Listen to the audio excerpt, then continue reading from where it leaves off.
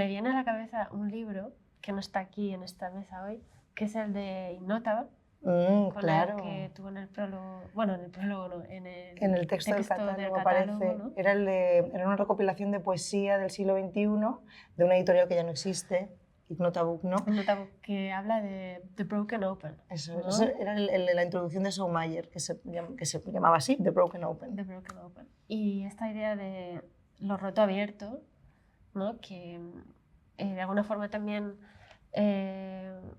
Marta Segarra en otro libro que es que también habla de lo roto, de los cuerpos agujereados, ¿no? También el poder introducirse dentro de algo, pero también retirar la mano, a coger, salir, ¿no? Entrar. Y yo creo que al final también ha tenido mucho que ver el poder acceder a todos estos libros como entradas y salidas, como si fueran también agujeros donde meternos y compartir ese estar dentro de ese agujero, ¿no? De alguna forma. Y también lo de lo roto abierto como herida, ¿no? Como herida, rendija, posibilidad. Algo que se abre y de repente generas como otro camino, ¿no? De manera de mirar las cosas. Y que en esos momentos en los que esto pasó fue también una ruptura de las dinámicas que se estaban generando, ¿no? De producción, de estar en el mundo, empezó a entrar como una lentitud y es verdad que esa relación que teníamos con los libros era de entrar a otros mundos, ¿no? Sí, estoy pensando ahora con estas telas que hay aquí, que algunas tienen así rajas, otras tienen agujeros, otras pues están cosidas de tal forma que han quedado espacios sin taparse, ¿no? Y como que dan pie a que puedas ver atrás, más atrás, o a romper esa perspectiva única también de los relatos, que también nos interesaba mucho a través de estas lecturas, ¿no? De cómo también íbamos saltando de una a otra, a través de ese comentario o esa nota a pie de página que hablaba de otra autora, que era también otra entrada a otro lugar, ¿no? A otro libro, a otra forma de ver, ¿no? Y yo creo que también en este espacio que hemos creado de Universitat Herbal, los chismes que se cuelan bastante por las rajas y por esas rendijas que a veces, o ese cuchicheo poco vibrante a la cercanía de la oreja, ¿no? Cómo nos ha permitido también escuchar otras historias, otras realidades paralelas a lo que la historia lineal estaba contando, ¿no? Creo. O la historia escrita a veces en tantos catálogos, ¿no? Que es la del héroe o la del que acaba conquistando un lugar o haciéndose una aventura, ¿no? Así. Claro, hay dos cosas muy importantes en eso. La idea de que no hay una historia única, y eso lo has plasmado de manera evidente en la exposición, ¿no? De tal manera de que las visitantes cuando entran es imposible que encuentren una historia cerrada, lineal, sino que al transitar van a encontrarse con las diferentes perspectivas, los diferentes lugares, y eso es algo que nos voló la cabeza desde las lecturas de Chimamanda, ¿no? Esa idea de rompamos con esta linealidad y rescatemos las otras historias. Y luego la idea de la bolsa, que ha sido muy importante también, que nos dio la pista Úrsula Galeguín, ¿no? De la idea de qué importantes los relatos que hablan de la bolsa, del día a día, de lo cotidiano, del sostener, del cuidar, y no del mamut y el héroe que se van y que de alguna manera solo necesitan de la violencia y de lo heroico y lo excepcional para poder estar en los libros. Pues a través de estos libros nos dimos cuenta de que no, de que existen múltiples historias que tienen por argumentos o por detalles otras cosas. Sí, creo que también hay algo en esto que hemos hecho aquí en la Universidad Herbal que es acumulativo. Sí. Por eso también la pieza se puede entrar por muchos lugares diferentes y a veces se nos hace complicada acabar de contar la historia porque empieza siempre otra, claro. Aunque sea la menos relevante en ese momento, después se acaba uniéndose a otra, con el río también Y luego a mí me recuerda un poco a esa idea del cuento de nunca acabar, ¿no? Que no tiene por qué acabar, tú lo repites. También me conecta mucho con la importancia que tuvo la relectura de los cuentos de hada, Sí. el contar es escuchar en alto, que viene con lo comunitario, cómo activas cada vez que lo compartes. Entonces, la no necesidad de terminar, de dar por acabado algo, encapsularlo y generarlo como un objeto, sino que es un fluir constante. Y ahí también creo que es importante el hablar del libro del río, que yo creo que fue el punto de partida para este capítulo de toda la saga que has venido trabajando en los últimos años. El río en la manera en la que despliega la narrativa, ¿no? Sí, acumulativa, también de fondo, ¿no? Mezclada, ese ruido de fondo. turbia. Sí. Sí, sí, que a veces el río no tiene por qué ser transparente, sino más bien puede transportar incluso troncos, plásticos, Exacto, ahí se de todo. Ahora que dices eso, se me ocurre una idea, y es que aquí en Sara Ahmed, en este libro, está el dibujo del garabato. Del garabato, que es este garabato que también es un poco... Podría ser un río, un nudo... Y también podría ser unas zarzas, un bosque. Eso. Y me viene también la idea de dónde están las zarzas. ¿En el bosque interior? Aquí. Las zarzas están aquí en el bosque interior y está señalado, pero es que hay algo que me gusta mucho de mezclar, lo de la... No es el de contar y escuchar. El nudo, creo que es aquí. El cazador furtivo. Sí. Esta aparece también en tu cuadro. Claro, aquí lo que decíamos, ¿no? De esa relectura de los cuentos en este bosque interior de Ursula K. Le Guin, que es claramente hace referencia a la Bella Durmiente, pero lo cuenta o le entra al cuento desde otra perspectiva completamente diferente, ¿no? Y se centra en la idea de las zarzas como ese lugar espinoso que se ha ido generando con el tiempo, ¿no? Cuando una historia se hace demasiado pesada. Y ahí podríamos hablar un poco más de eso. Es pesada, pero también la guarda. No, claro, la está protegiendo y a la vez aísla. Exacto. Es un poco, sí. Hace poco, este invierno, estuvimos quitando zarzas de verdad y me di cuenta realmente del poder literario que tiene una zarza. Sí. Porque aunque tú nunca hayas tocado una zarza, qué pinche. ¿Sabes? Es decir, el cuento de la Bella Durmiente ha calado tanto en nuestro imaginario que las zarzas ya sabes que son difíciles, tal, pero hasta que no las arrancas dices, qué fuerte, ¿no? Como es de verdad. Y aquí, por ejemplo, en esta página que dice, Sara Ahmed dice que en el dibujo de la imagen, que es el garabato, dice, es una descripción del proceso de denuncia, cómo empiezas a contar una historia de denuncia también se puede convertir en una especie de nudo, algo que no sabes por dónde empiezas ni dónde acabas y que cada vez que se la cuentas a alguien diferente, empiezas desde un lugar diferente la historia, ¿no? Y eso también a raíz del río, tanto del río como de la Bella Durmiente de Úrsula, empecé a trabajar con esa idea de cómo puedo contar una historia sin caer en la tentación de acabarla o de concluir o de que se me entienda porque hay que descubrir un delito de algo y dices no quiero ir por ahí, es decir, no quiero caer en esa trampa. Eso me viene a la cabeza, que lo has empezado, como el término de gossip, de chisme.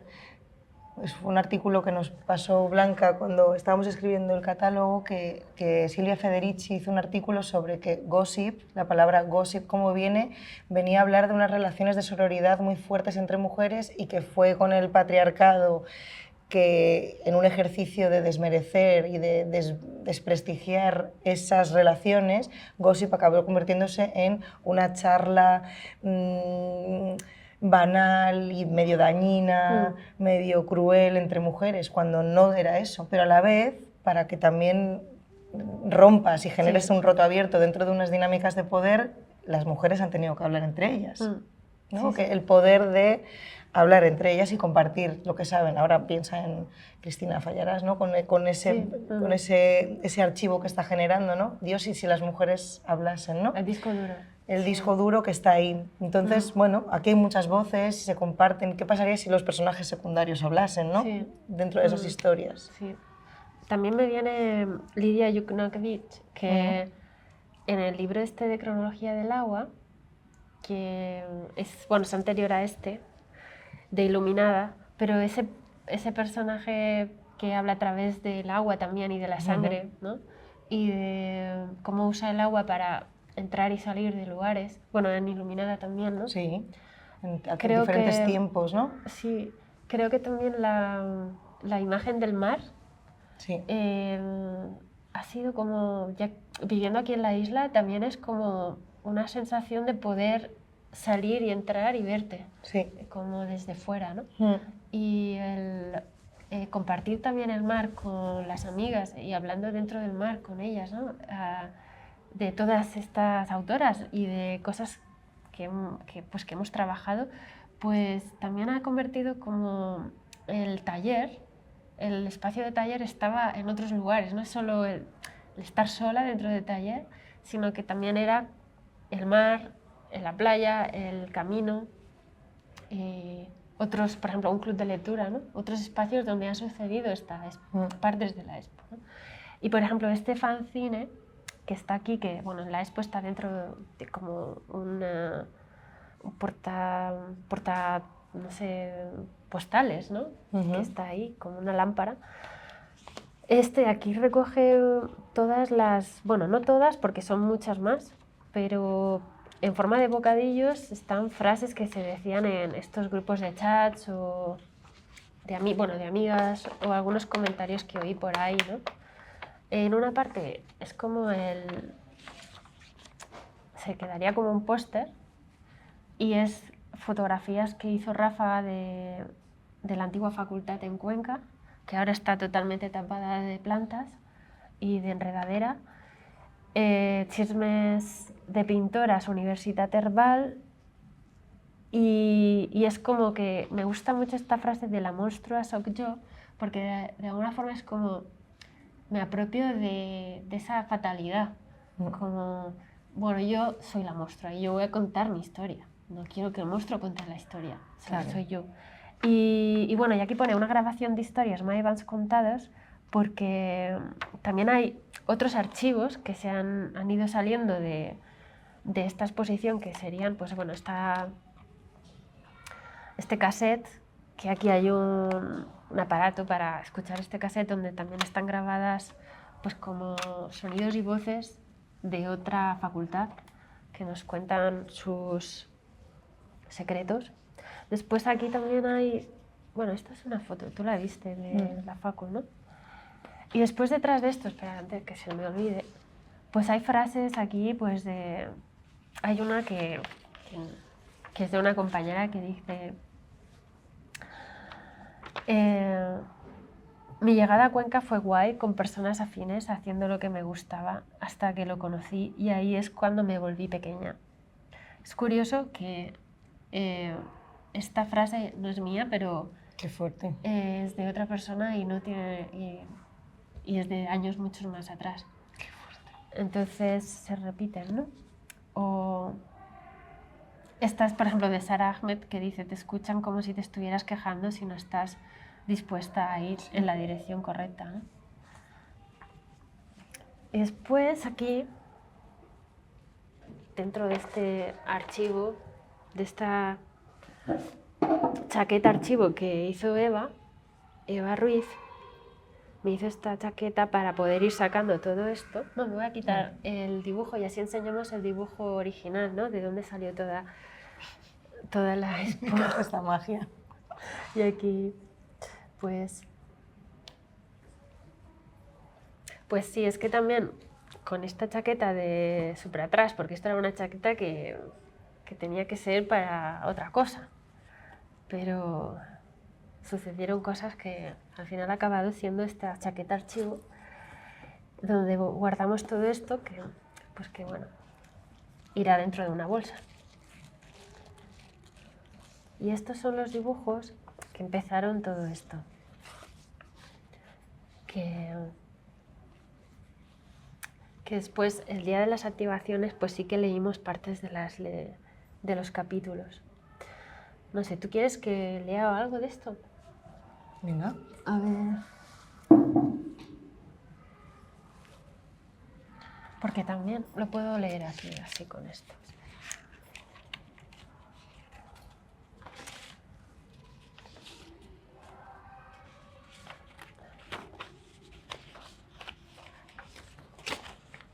Aquí. Me gusta esta parte que dice... Vamos a dar unos códigos para entrar en esta exposición. Vos donem uns codis. Eflorescència. No deixar-se endur per supòsits de relació. Subjetivitat nòmada. Devenir potencial de la diferència. No ser humana, escoltar veus múltiples. Fugir de la història única, lo neutral, lo... I la mort és una boca. Som la boca, la mà és un portal, esperits i peixos. Els efectes passen per activar el cos. Apotecma, sentència breu i enginyosa, amb un contingut moral alliçonador. Aquest material d'arxiu guardem documents, records, objectes, registres privats que fem públics, artefactes culturals menors de la por, del cansament materials efímers que es tornen perdurables. Era una invitación para una exposición de pintura.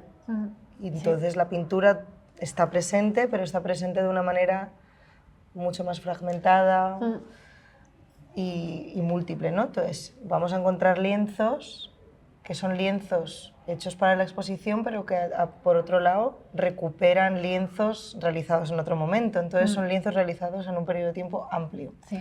Y que utilizan materiales más bien precarios, ¿no? Sí, no es un lienzo tensado en un bastidor, sino que son papeles de periódico colados, sí, se mira, utilizan diferentes materiales. Se me viene a la cabeza incluso la historia de cómo recogí los papeles, porque cada lunes mi vecino pues deposita... ¿El del kiosco del lado? No, el vecino de al lado de la pared con pared, vale.